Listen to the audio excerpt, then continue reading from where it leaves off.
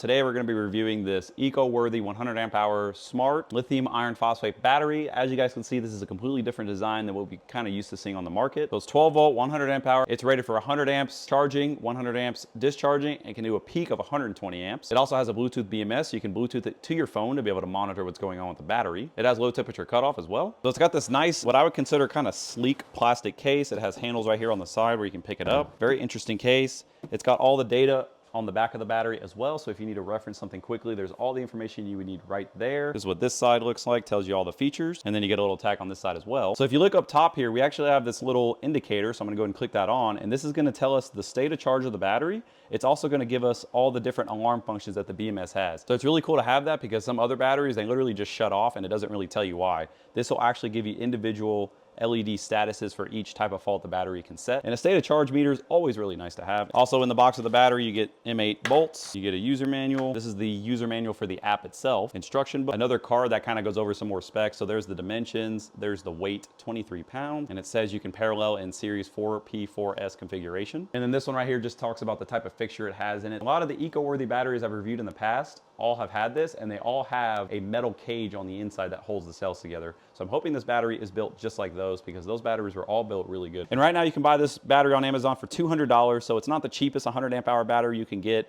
but you are getting a couple more features versus just a plain Jane off the shelf type of battery. So we're gonna find out if it's worth the $200 price tag. We're gonna do a discharge test, then we're gonna do a full current discharge test where we put a big load on the battery, and then we're actually gonna open this thing up and take a look on the inside. Now, as far as connecting the Bluetooth app to the battery, the top sticker right here with the QR code in it, that's gonna be kind of like the serial number, and that's how you're gonna find the battery in the app. If you're like me and you have a bunch of batteries around your phone, it's gonna try to pick up all of those batteries. So that's how you're gonna differentiate between this battery and maybe some other batteries you might have. And here's what the app looks like. It appears like just like the other ones, but it's got a couple extra. We have a control. We can put this thing in storage mode. Here's your buzzer alarm function, so you can turn that on and off. This data screen is just gonna give you various amounts of information, notifications. So if you get a warning or something going on with the battery, that's probably where that would show up at. Okay, here's what I was looking for. On this page, if you click this, you can actually get individual cell voltages. That way you know everything with the battery is correct. If you had a bad cell, it'd be very easy to identify. And I always like to be able to have that information available. And then while I was connected to the battery, the comm light on the top right here, it's actually lighting up blue. So that's what that does. When you're connected to this, it'll light up letting you know that you're connected to it. Well, that's really it, guys. I'm gonna go ahead and get this thing charged up so we could start our capacity testing. And I'm gonna be using this 10 amp charger to fully charge the battery. Now, as far as the size comparison, here it is next to two other very popular sized batteries. So this is more like your full size battery that we've seen a bunch of on the market. And this is more of a mini size. So it's kind of in between both. It's a little bit smaller than this guy, but it's a little bit bigger than this guy. The Ecoworthy battery is just about fully charged. We went ahead and installed the battery in our battery testing rig. We're gonna be using the SunGold Power 3000 watt low frequency inverter to put a 0.2 C load on the battery, which is gonna be about 20 amps. We also have a current shunt installed right here. This is gonna keep track of our total amp hours, and the total is gonna be displayed right here once the test is complete. All right, there we go. We're running about 19 amps continuous, so that's gonna be about as close to 0.2 C as I can get. We're gonna let the battery run completely to 0, and we're gonna see what the result is. All right, the capacity test has just finished up, and we were able to get 103.65 amp hours. Next, we're gonna test the high current capability of this battery. So I have the battery fully recharged. The BMS is rated for 100 amps. We're gonna pull way over that and just see how the battery behaves, what the voltage looks like, and if and when the high current protection will kick in. And then I'm also going to show you guys the status lights up here when the over current protection does kick in, which light it'll actually set. The inverter's on. I have a space heater and a battery charger for load. So I'm gonna go ahead and plug the battery charger in first. That's gonna be about 1,000 watts. And just the battery charger is gonna be using 96 amps. So that's already pretty much at the rating of the battery. That's 1,200 watts. Next, I'm gonna kick the space heater on low. Oh wow, there it went. It just tripped. I'm gonna go ahead and turn the loads off. That tripped fast. That was probably the best. And there we go. We have the overcurrent protection light flashing at us. So the overcurrent protection worked extremely fast on this battery. That's probably the best overcurrent protection I've seen on any 12 volt battery that we've tested so far. All right, using this hammer and this flat blade screwdriver, I'm gonna very carefully open the battery up so we can take a look at the inside. I don't wanna destroy this thing, so we're gonna be really careful. All right, first look inside the battery.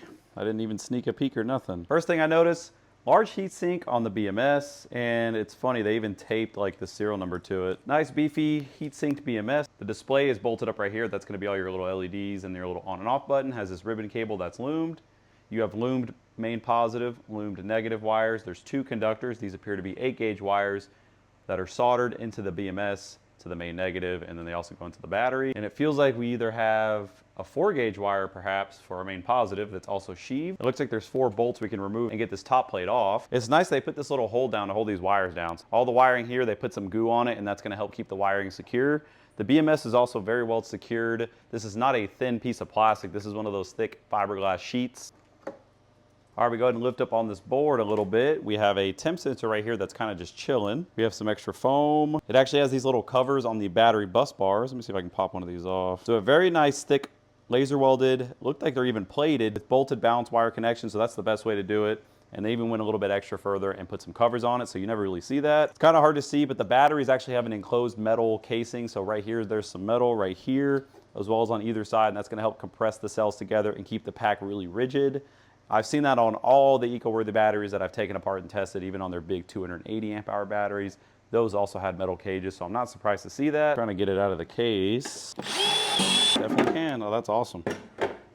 And in the bottom of the case, we have some more metal. That's actually what the pack was bolted to. Those 4 long bolts thread into these pieces of metal here, which are then screwed to the case.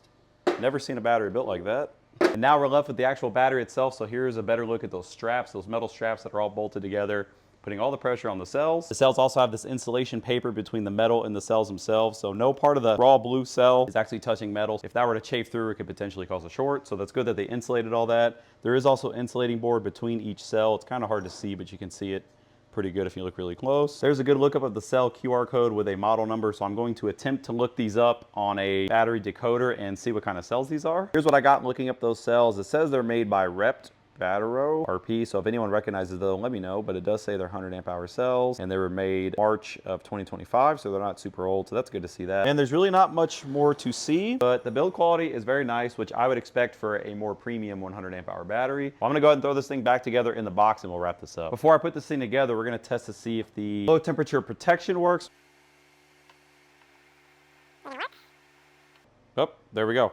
So we got the green light on the charger. Battery just cut off.